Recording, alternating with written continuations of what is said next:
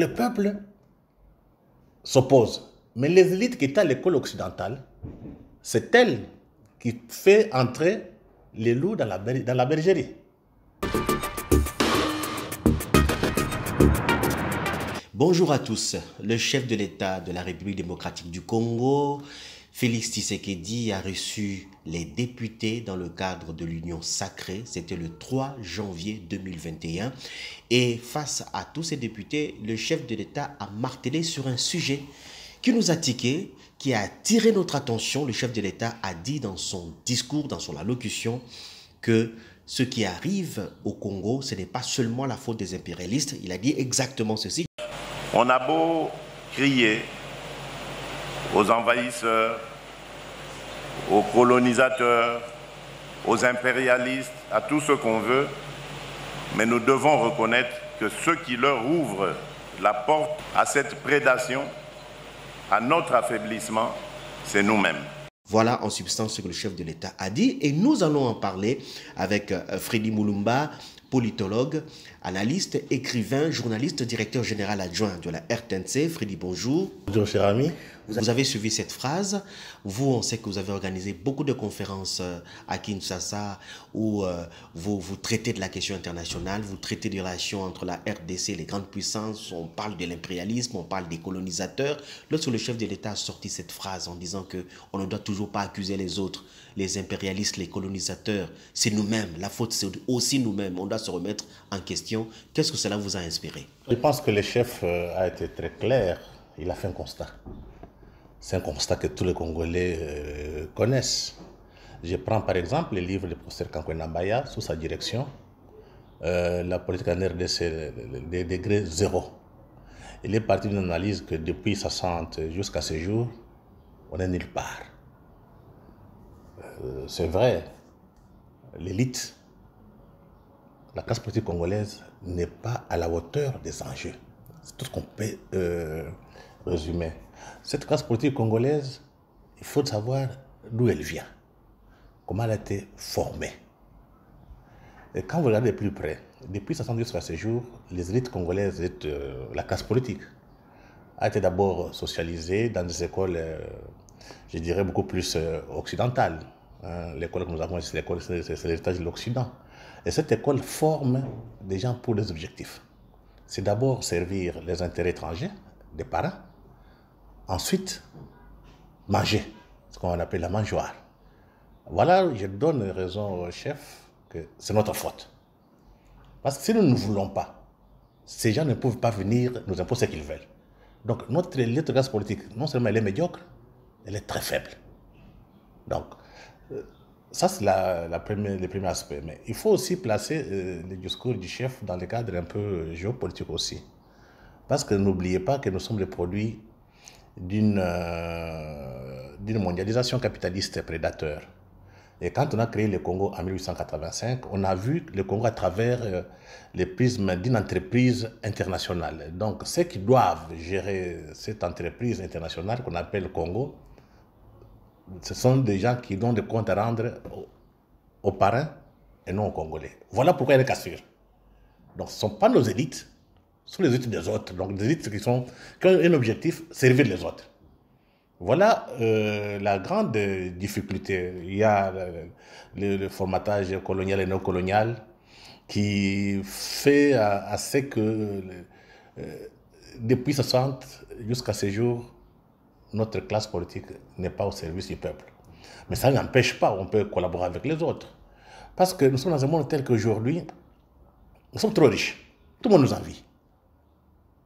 Mais ceux qui viennent, qui nous envient, ils disent, ils peuvent être moralement bons. Ils disent non, moi je ne peux pas le faire. Mais quand ils verront l'autre le faire, il va faire quoi? Il dit, mieux vaut le faire parce que l'autre le fera. Donc la balle est dans notre camp. C'est à nous de maintenant de décider, nous faisons quoi? Nous pouvons refuser. S'ils viennent, nous refusons. Ils ne vont pas avoir entré chez nous. Mais quand on prête les flancs, automatiquement, ils entrent. C'est là où on dit, nous sommes responsables. Mais ça n'empêche pas de voir cette dimension géopolitique, historique, qui fasse que le Congo soit géré comme une entreprise internationale pour les capitalistes mondiaux. Donc c'est à nous de mettre un peu de barrière pour éviter que les gens entrent dans nos maisons. Donc, la balle est dans notre camp. Mais lorsque le chef de l'État a parlé ainsi, on a compris comme si son idée allait dans le sens un peu beaucoup plus général, pas que les politiques, mais c'est un peu le Congolais en général qui pense que notre malheur, ça vient toujours du colonisateur, de l'impérialiste. Moi, je pense que ça, c'est l'élite qui pense comme ça. Le peuple a une conscience. Hein, le peuple congolais sait identifier ses intérêts. On les voit à travers l'histoire. Le peuple s'est toujours opposé dans toutes les dominations. Vous avez le révolte de Batetela. Vous avez les révoltes de Bampende au Bandundu. Vous avez des grèves dans les Katanga, la Jekamine. Vous avez Musiri qui a dit non. Vous avez Kimbangu. Donc le peuple s'oppose. Mais les élites qui étaient à l'école occidentale, c'est elle qui fait entrer les loups dans la bergerie. Donc c'est cette élite, par boulimie de pouvoir, complote avec les étrangers contre les intérêts du peuple. C'est là où nous sommes responsables. Parce que les jours, on va dire non. Ces étrangers ne viendront pas faire ce qu'ils veulent. Donc s'ils le font, c'est parce qu'ils le laissent faire. Voilà notre responsabilité. C'est ça cela. D'autres personnes aussi ont réagi contrairement à ce que vous dites. Certains ont dit que le chef de l'État commence à caresser les impérialistes et les colonisateurs dans le sens du poil, comme s'il veut les dédouaner de tout ce qu'ils nous ont fait comme problème, parce qu'il commence à traiter avec eux, il a besoin des investissements, donc il faut être moins dur avec les Occidentaux, moins rigoureux. Non, je pense qu'il a dit la vérité. Il a dit la vérité, c'est notre faute, il ne faut pas être rigoureux, c'est un politique. D'abord, c'est un politique. Et il y a des manières qu'il faut parler. Il faut dire qu'aujourd'hui, ce n'est pas nous d'aller chercher les investisseurs. Les investisseurs nous cherchent parce que nous avons des matières premières. Mais le problème, c'est l'homme congolais. Regardez, dans tous les assassinats, dans toutes les agressions, on utilise qui? L'homme congolais. Si le jour le Congolais va dire non, je ne joue pas ces jeux. Quand on est congolais, il y a quand même des traîtres. Mais quand vous avez la grande partie, la majorité des traîtres, ça pose un problème au sein de la société. Mais si vous avez des personnes qui peuvent trahir, 80, donc, sur 2 sur 10 qui peuvent trahir, vous avez 80, donc 8 sur 10 qui ne peuvent pas trahir, je pense que là, on peut éviter à ce que les gens entrent donc c'est un peu de nous manipuler ou bien de nous faire des guerres. Mais ici, c'est le contraire. 80% des Congolais sont complices.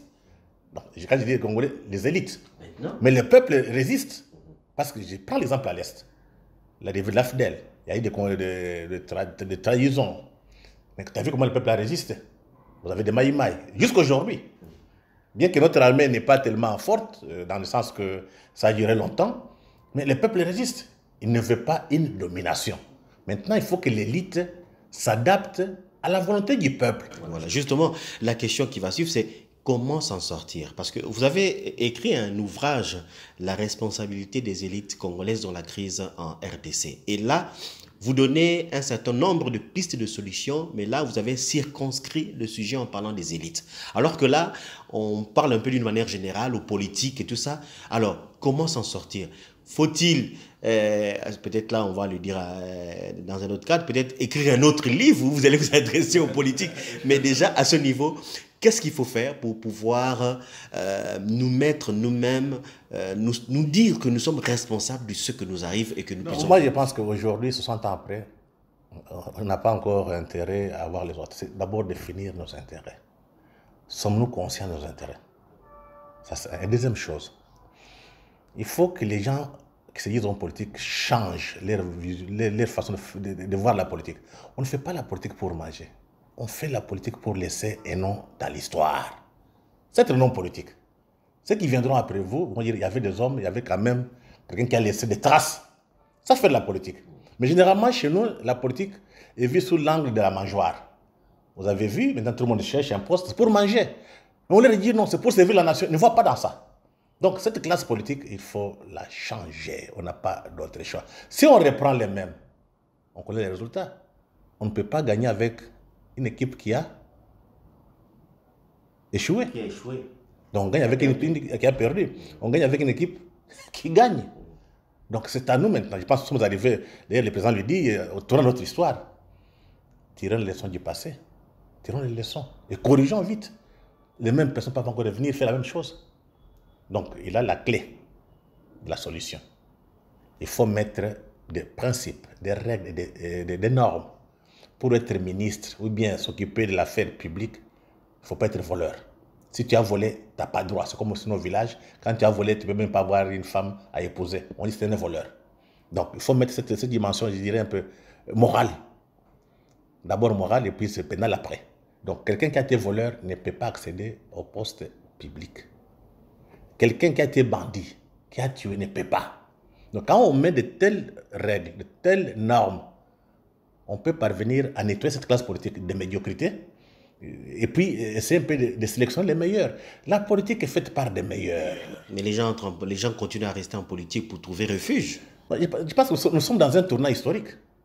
60 ans après, je pense que c'est un tournant. Donc, ou bien nous changeons, on avance, ou bien on ne change pas, on disparaît. C'est une question de vie et de mort. Ok, merci Freddy. On n'entre pas en politique pour se cacher de tous les méfaits qu'on a fait, mais plutôt pour apporter sa pierre à l'édifice. Et comme Freddy Mulumba l'a dit, c'est pas n'importe qui. Il faut avoir une bonne conscience, il faut avoir un bon comportement, être digne dans la société, être une icône, un modèle dans la société, parce que les enfants, les élèves, la société doit s'identifier quand même à certaines personnes, à certaines références. Merci Freddy Mulumba pour cette analyse. À la prochaine. Car on sait